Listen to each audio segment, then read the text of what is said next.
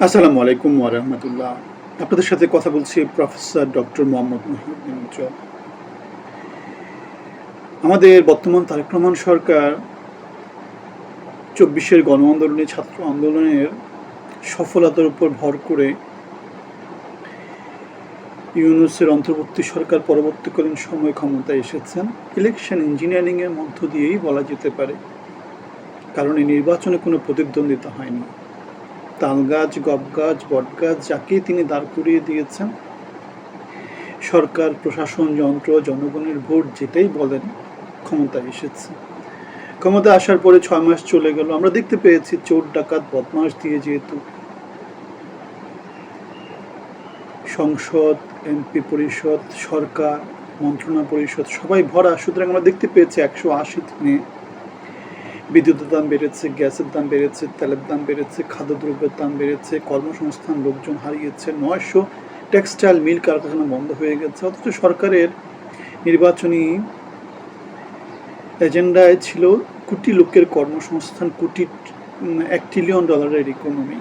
এখন আমরা অর্থমন্ত্রীকে বলতে শুনি যে ২ বছরের মধ্যে তেল, গ্যাস, বিদ্যুৎ সংকটের কোনো সমাধান হবে না।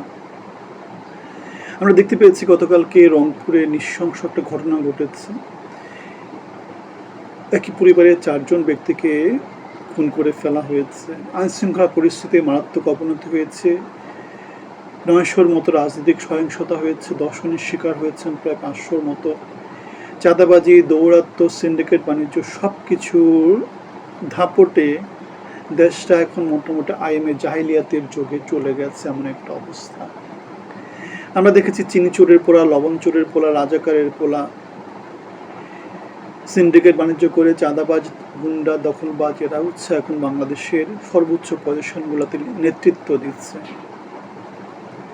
ইউনূসের ২ বছর বা ১.৫ বছরের যে শাসন আমল, সেটা তাও ভালো ছিল। এখন জনগণের মাথার উপর বড়ই রেখে আমরা দেখতে পেয়েছি বাংলাদেশের ইতিহাসে সবচেয়ে বড় মন্ত্রণা পরিষদ, মন্ত্রী পরিষদ তৈরি করা হয়েছে। আমরা দেখেছি ইউনূসের সময় ১০-১২ জন উপদেষ্টা দিয়ে দেশ কত সুন্দরভাবেই না চালনা করা হয়েছে। এখন আমরা দেখতে পেয়েছি খরচের বহরটা বেড়ে গেছে। মন্ত্রী পরিষদের সদস্যের সংখ্যা এখন ৬০-এর কাছাকাছি। পৃথিবীর কোনো দেশে এত মন্ত্রী পরিষদের সদস্য আমরা দেখতে পাইনি। গরিব একটা দেশে যেখানে ইউনূস মাত্র ১০ জন মন্ত্রণা পরিষদ নিয়ে দেশ পরিচালনা করেছিল, সেখানে তারেক রহমান উপমন্ত্রী, প্রতিমন্ত্রী, পূর্ণমন্ত্রী, রাজনৈতিক উপদেষ্টা নানা কিছু চলে বলে কৌশলে জনগণের উপর মাথায় বড়ই রেখে তারা লুটেপুটে বাংলাদেশকে খাচ্ছে। এদিকে সাংবাদিক ইলিয়াস হোসেন একটা খবর দিয়েছে যে বাবা কয়েলদার, শ্যালক মাছ বিক্রেতা, ধুলাবাই চাওয়ালা, বিফি নূরের এখন সবাই হচ্ছে গিয়ে কোটিপতি আত্মীয় স্বজন। বিএনপি লোভ করতে করতে লোভের সমুদ্রে তারা ডুবে গেছে। তারা জনগণের উপরে নানা রকমের করের বোঝা তারা চাপিয়ে দিচ্ছে। আমরা দেখেছি গত বছরের তুলনায় এই বছরে করের কালেকশনের পরিমাণটা প্রায় ১.৫ গুণ ২ গুণ বাড়িয়ে দিয়েছে এবং বাজেটের পরিমাণটা হয়েছে ৯ লাখ কোটি টাকা এবং এগুলো সব জনগণের টাকায়, জনগণের ট্যাক্সের টাকায় এগুলো সরকার পরিচালনা করে। সুতরাং জনগণের পাই পয়সাগুলা সরকার এই যে চোর ডাকাত বদমাশ দিয়ে লুটে ফুটে খাচ্ছে, এগুলা সরকারের অপরিকল্পনার অংশ, অব্যবস্থাপনার অংশ, জনদুর্ভোগের অংশ। আমরা দেখেছি ইউনূসের ১.৫ বছরের সময় বাংলাদেশে বিদ্যুৎ, কারেন্ট, গ্যাস কোনো কিছু সংকট হয়নি, সব কিছু ঠিকভাবে চলেছে। গত ৬ মাসে সরকারের অব্যবস্থাপনা, অদক্ষতা, চোর ডাকাত বদমাশ, সিন্ডিকেট বাণিজ্যের কারণে বাংলাদেশে এখন দিন দিন তলানিতে চলে গেছে। ৯০০ শিল্প কারখানা বন্ধ হয়ে গেছে, অর্থনীতি স্থবির হয়ে গেছে, বিদ্যুৎ, গ্যাস নানা কিছু সংকটে বাংলাদেশ ভুগছে। সামনে এই সমস্যাগুলো আরও প্রকট আকার ধারণ করবে।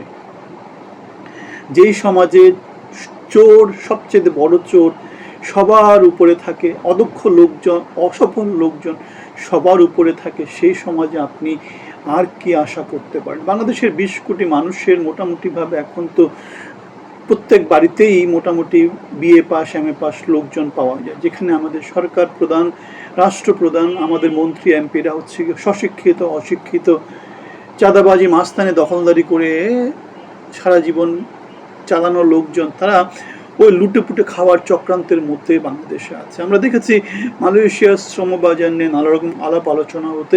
আমরা দেখেছি 1 লাখ 2 লাখ টাকা যেখানে খরচ হওয়ার কথা সেখানে 7-8 লাখ টাকার নিবন্ধন অথবা শ্রমিক হিসেবে সেখানে যাওয়ার সিন্ডিকেট নতুন করে একটা তৈরি হয়েছে, যে সিন্ডিকেটের কবলে বাংলাদেশের লক্ষ লক্ষ কোটি কোটি মেহনতি লোকজন শ্রমিকেরা নিঃস্ব হচ্ছে। মিডল ইস্ট নানা রকমের যেখানে শ্রম বাজারে দেশে কর্মসংস্থান নাই, সেজন্য তারা বাড়িঘর বিক্রি করে মিডল ইস্টে যায়, মালয়েশিয়াতে যায়, একটু পরিশ্রম করে দেশের জন্য পরিবারের জন্য সহায় সম্বল সাপোর্ট দেওয়ার জন্য, পরিবার যাতে টিকে থাকতে পারে সেই ব্যবস্থা করার জন্য। কিন্তু তাদের উপরও কি করছে, 7-8 লাখ টাকার চাঁদাবাজির অথবা সিন্ডিকেট বাণিজ্যের ভার চাপিয়ে দিচ্ছে। এভাবে এই বাংলাদেশ চলছে। এখন এই অবস্থায় জনগণের মাথায় লবণ রেখে বড়ই খাবার, এই যে এই সংস্কৃতি 24 পরবর্তী এই সময়টাতে যেখানে গণভোট দিয়েছে জনগণ, যেখানে জনগণ 2000 ছেলেপেলে নিহত হয়েছে, 30,000 ছেলেপেলে আহত হয়েছে, জনগণ সুস্পষ্ট একটা ম্যান্ডেট দিয়েছে যে কি করতে হবে। সে অবস্থায় বিরোধী দল পরিবর্তনের জন্য কোনো কিছু বলছে না, সরকারি দল সেই আগের মতোই লুটেপুটে বাংলাদেশকে খাচ্ছে। সুতরাং সরকার এবং বিরোধী দলকে আমরা ব্যর্থ হিসেবেই দেখতে পাই। এই অবস্থায় বাংলাদেশে পরিবর্তনের জন্য জনগণের ভিতর থেকে বয়সটা সোচ্চার করতে হবে, অথবা পালিয়ে যাওয়ার যে স্বৈরাচার যারা জনগণের হয়ে কথা বলবে, তেমন একটা দলকে বাংলাদেশে আমাদের দরকার।